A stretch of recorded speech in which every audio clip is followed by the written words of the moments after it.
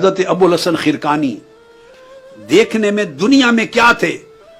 محمود غزنوی کی فوج کا ایک سپاہی تھے۔ وہ ایک معروف واقعہ ہے، ایک حکایت ہے معروف کہ 16 حملے محمود غزنوی نے کیے، سومنات کا مندر فتح نہیں ہوا۔ میں صرف ایک نقطہ سمجھا رہا ہوں۔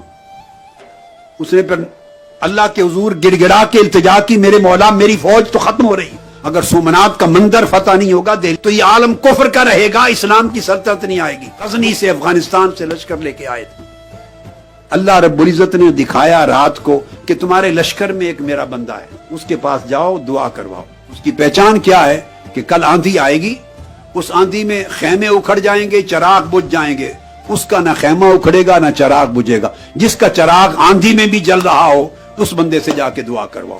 اللہ والے وہ ہوتے ہیں کہ اس نفس کی، دنیا کی، مال کی، حرص کی، لالچ کی، شہوت کی آندھیوں میں ان کے چراغ جلتے رہتے ہیں اور ان کے من کے خیمے نہیں اکھڑتے، ان میں ثبات ہوتا ہے، ان میں استقامت ہوتی ہے، کیونکہ ان کے دلوں کے خیمے اللہ کے ساتھ جڑے ہوئے ہوتے ہیں اور تیل اللہ کے عشق کا ان کو مل رہا ہوتا ہے، اخلاص کا مل رہا ہوتا ہے، اس لیے ان کے چراغ آندھیوں سے نہیں بجھتے۔ محمود غزنوی اگلی رات گیا، آندھی آئی، سب خیمے اڑ گئے، چراغ بجھ گئے۔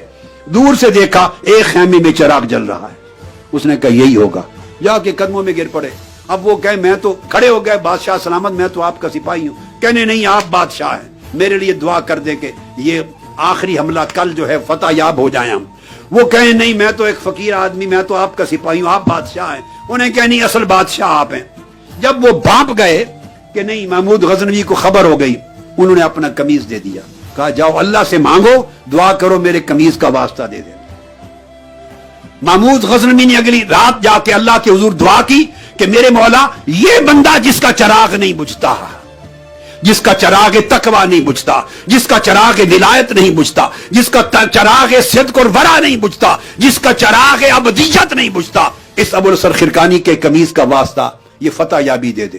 صبح فتح ہو گئی، اسی فوج نے فتح کر لیا۔ واپس شکر ادا کرنے کے لیے آئے، شکرانے کے لیے۔ انہوں نے کہا کیا مانگا تھا؟ میں نے یہ فتح مانگی تھی۔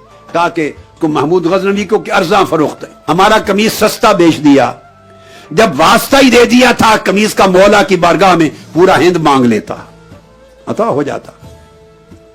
ایسے چراغ جلاؤ اپنے من میں کہ دنیا اور شہوتوں کی آندیاں ان چراغوں کو بجھا نہ سکیں۔ ظاہر کے سب چراغ بجھ جاتے ہیں، باطن کے چراغ جل جائیں اللہ کے تعلق میں تو نہیں بجھتے۔